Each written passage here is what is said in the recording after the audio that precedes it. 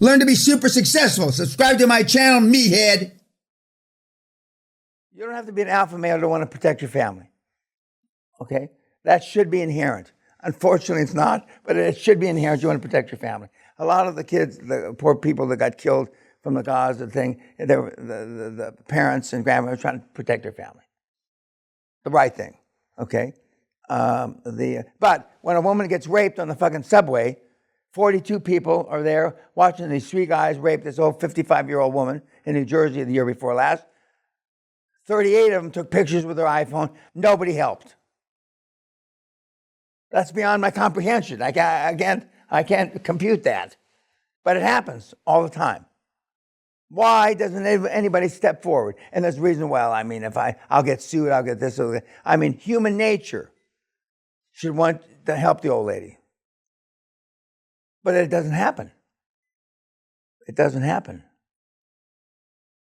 Because, I mean, values, morals, and forget the fact that, with all the single parent kids being raised by their mom, now you go to church or synagogue or whatever, there's not any people in the fucking church, except for on Christmas, New Year's, or Hanukkah, in the synagogues. They're not going there because, I'm not a Bible thumper, but something's not right. Well, there's something, I don't know. There's something that's not right. The family unit has fallen to shit. The family unit has fallen to shit. It's not as important as it once was. Before, you stayed alive with a family unit. And now you don't. And in the hood where I came from, I showed you a short clip where in India, a guy was molesting a young person, and the wives of the town, of the little village, started beating the shit out of him, killed him. I mean, that's what would happen where I lived, in the hood. I can't imagine somebody would have done something to one of the kids, and the neighborhood would have fucking sliced and diced him. But now, And again, to me, and I'm an old timer, there's some things worth going to jail for, and there's some things worth dying for. And not too many people think that. And so, I'm not trying to convince you that there's something worth dying for and something worth going to jail for. But I certainly would. And although I've talked to my kids about it, now they say, talk's cheap. If that happened, I mean, we would get involved. Whether they would or not, I hope they would. But I know for a fucking fact I would. And back in the day when I lived in Texas and I carried, a weapon, and in Kentucky, and I got involved in firefights and shit like that. There's certain things worth dying for still. But most people on the planet, except for when you're in Gaza, Israel, Ukraine, don't think that. And the there's Ukrainians going back to Ukraine to fight. Okay? During my era, my opinion that one of the reasons that Trump is pro-military is because he got 7 deferments to not go to Vietnam. 7. So he got special dispensation, special treatment 7 times not to go to Vietnam. And that's why I believe, I could be wrong, why he's pro-military, because guilt, okay? In my era, that you either went or you went to Canada and ran, and then, or if your parents were rich enough, you got a deferment not to go. I wasn't in that position. I can't even imagine asking my dad to try to get me off. I volunteered for the draft. But some kids, I'm glad I did. But, and it was a useless war in the end. Vietnam was a useless war. It wasn't, most wars are useless, but that seemed to be a particularly useless war. And, but in my era, you either believed or you didn't believe. And I was in the category of believing. And I would have stayed in the military the rest of my life, except for General Woodrow Vaughn. He said, a young man like you can get rich in the civilian world. And a light bigger than that chandelier went off over my head. Fuck, money? I didn't believe it. And I did. The rest is history. But guys, for the same reason people are ran to Canada during the Vietnam crisis. People are running away from conflict, unfortunately, like most of you. And if you run towards a gunfire, that's why I say this, they will back up and they will acquiesce, and you will buy companies until you can't hardly breathe. You got indigestion. You won't be able to breathe. You're going to eat so fucking much. And somehow it gets digested and you shit it out. Somehow. You won't think it because you're choking. You can't breathe. But just keep eating. Just keep eating and it works out. And I've been sitting in this room for 30 plus years saying the same thing. And, many of the things that I've said have come to fruition, not the least of which is negative oil. And there's 3 or 4 guys, some of my mentees that got rich over that. And there's several other things I've seen, said the lowest interest rates in 5,000 years, which not too many people listen. But I've been through 6 economic cycles. I've seen this. And again, and it sounds braggadocious as hell, the 3 largest sovereign funds in the world don't talk to me because I don't know what the fuck I'm talking about. So they say. They spent an hour with Obama, an hour and a half with Clinton, and 2.5 fucking days with me. When China was trying to save the sovereign fund, who did they come to? Me. I'm a smart motherfucker. Notwithstanding the first 12 or 14 years of my life, they said I was a dunce, I was an idiot, I was a mongoloid. And they put me with a dunce cap. Now just imagine if you had been put in a dunce cap your first 12 or 14 years of your life, and they said you were retarded. And you shit your pants in the closet because they kept you in the closet until your parents came to pick you up. Where would you be today if you didn't commit suicide? And to the extent, I have a lot of respect for the Israeli government, they picked me to find oil and gas. Not Shell, not Exxon, not fucking Mobil, not Occidental. Me. When I tell you, you can go to Costa Mesa and rape, pillage, plunder, kill, slaughter, I know what I'm talking about. Metaphorically speaking, of course. We don't know. But it's, the training and the education system is the antithesis. And the, doesn't make, remember, absence of evidence is not evidence of absence. Some of you have never been around a high-performance person. And hope is not a good strategy, not any strategy. I pray that I'm not the only person that, and when you're building your board, these guys and gals aren't a dime a dozen, but they're there, but you got to seek them out. You got to seek them out. And I'm still seeking them out. Sally and I go to these deals. We're going to the Royal and Ancient in a few days. Even though I'm not sure I'm going to meet anybody that is worth me meeting, but there's an opportunity. I may meet somebody that can help me, or help the QLA program, I should say, because I'm not interested in any individual help. I don't need any individual help anymore, but to help the kids. And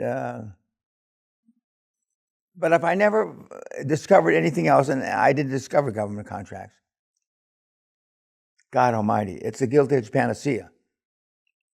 It just is. And whether you start in jail, which I hope, again, you don't. God Almighty, the government won seems to be able to not differentiate whether there's a real need. And they always overpay, God Almighty. Whether it's the U.S. government, the Mexican government, or the Dutch government, they always overpay. And now with woke, they even overpay more. Fuck.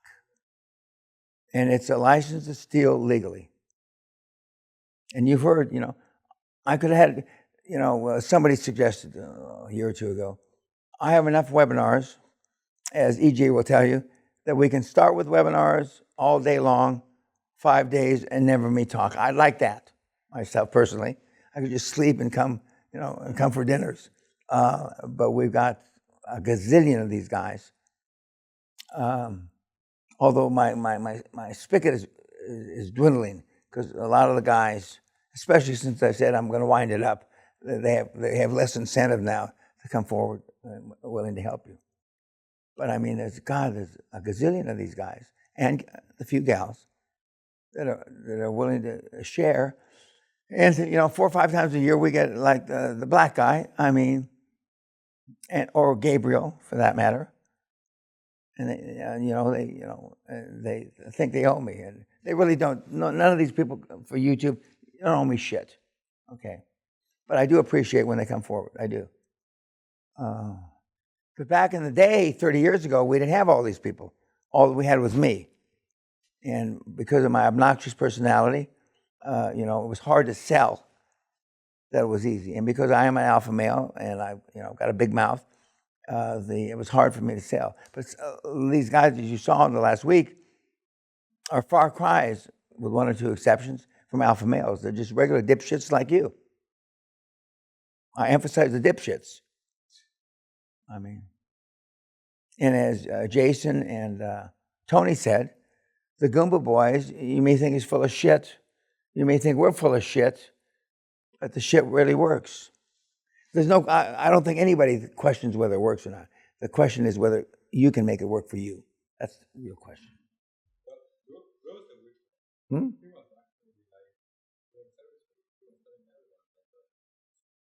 That I was what?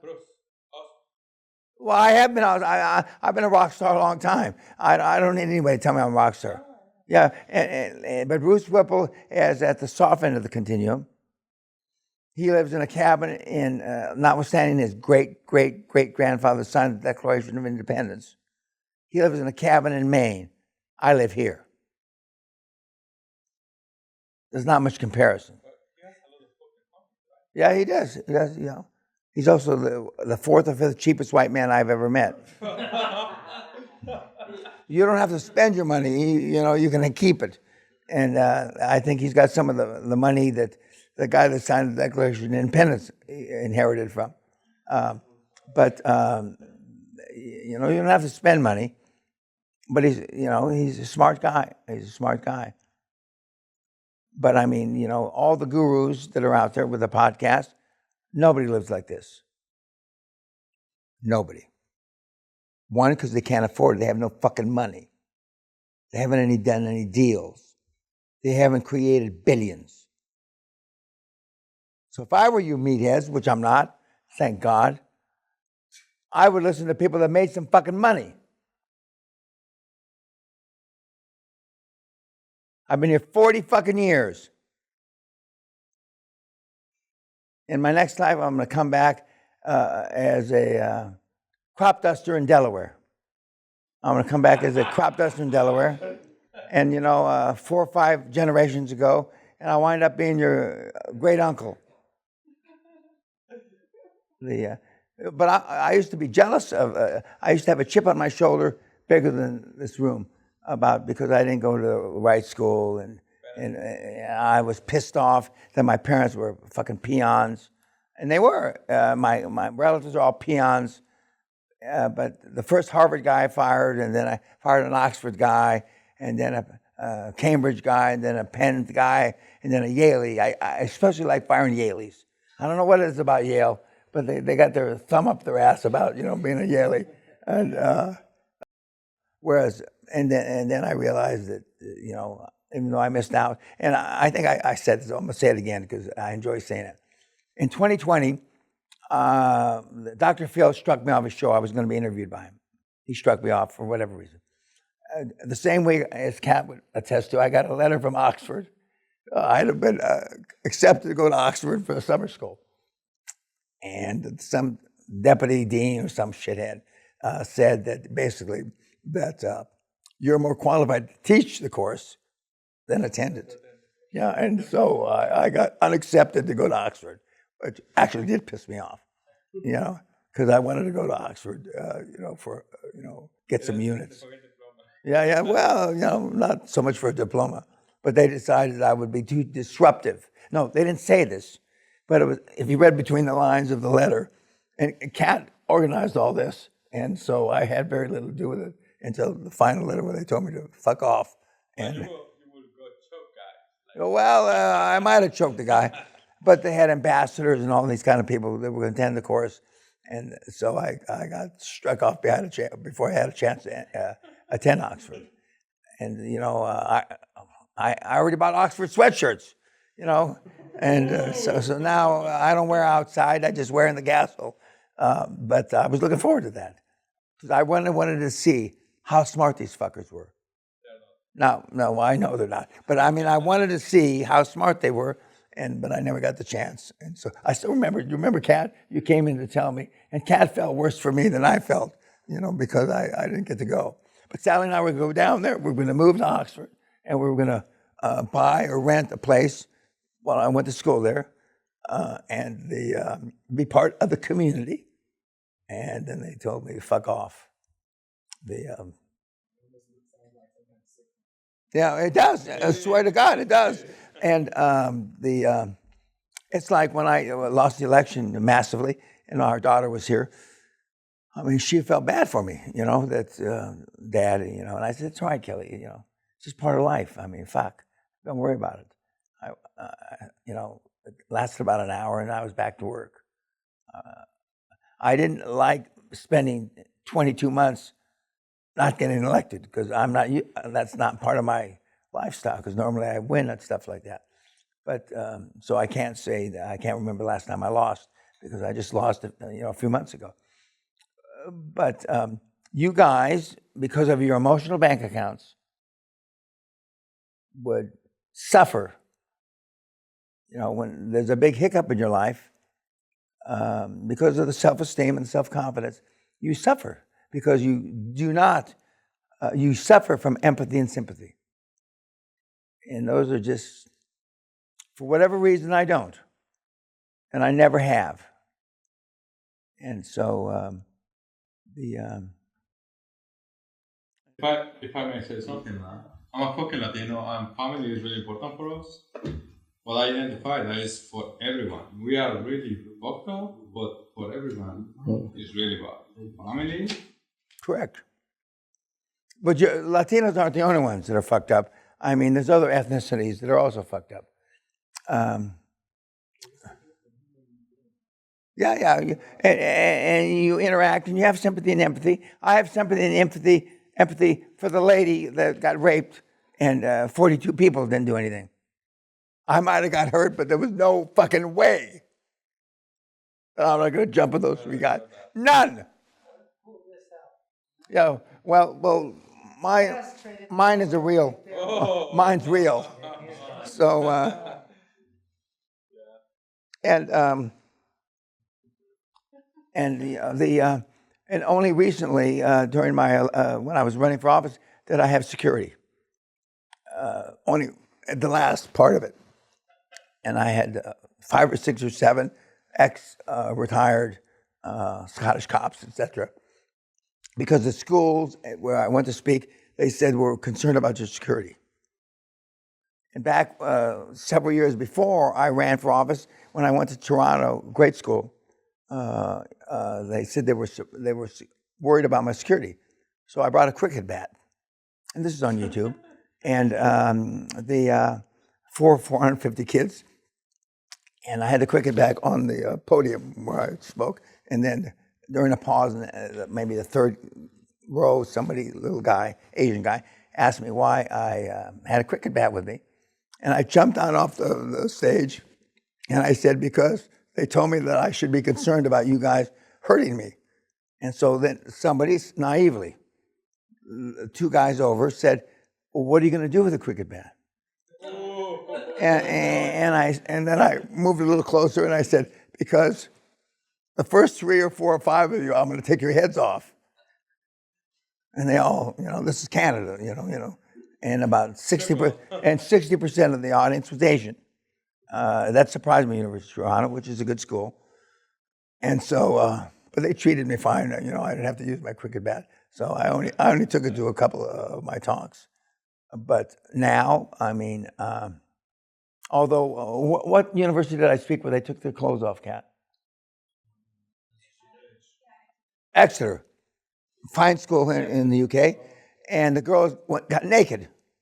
The girls? Yeah, girls got naked from the waist up, and security didn't know how to touch them or grab them or pull them out or whatever, and so and they were telling me that I this, that, and the other thing, and they're naked, and now if that had been Texas. Yes, sir. They would have drugged those bitches off by their ponytails. You know what you're talking about, right? Yeah, and so, but and then it finally cleared up.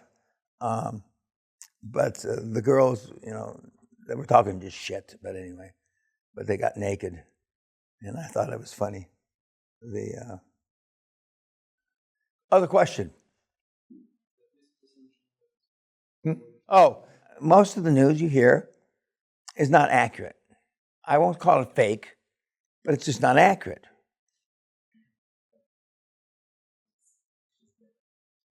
Yeah, well, I listen to CNN because I want a liberal tint, BBC, CNBC, Al Jazeera, which is the Arabic station, and then I mix a few others in there. I read the Wall Street Journal, I read the New York Times, I read the Financial Times, digitally, not hard copy. And I read those, and I'm being exposed to news virtually all the hours I'm awake. What? No, I don't. Okay. No. And then Sally joins me about 10:30, 10:45. We have a drink.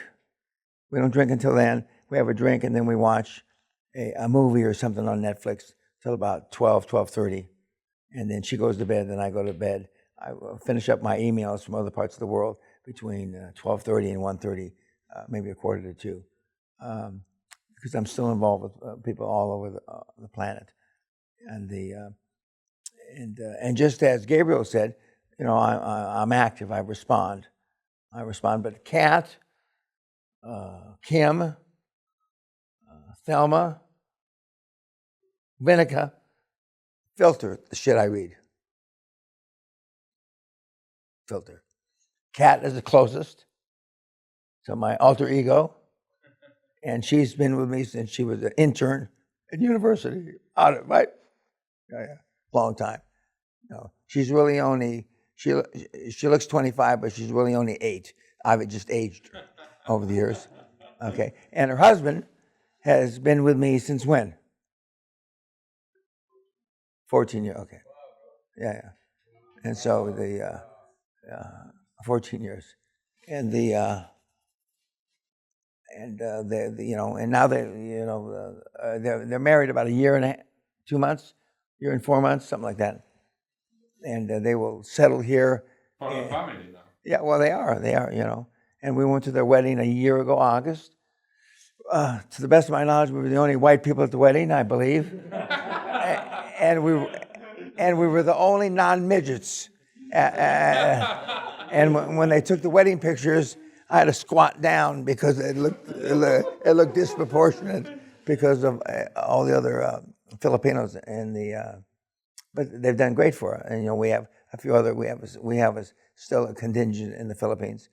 But it's hard for me to find people that can put up with my bullshit 24/7, 365, and there are no really non-work days. Question, if I may ask. Sure. Greg, the last manager of the state, what happened? Because he stole from me. He stole about 230,000 pounds, and I put him in jail. Yeah. I have a tendency to, if he had stole 23 pounds, I would still put him in jail. Well, not many people. It was in the news. It was on the BBC. But other questions before I go to sleep? Yes, sir.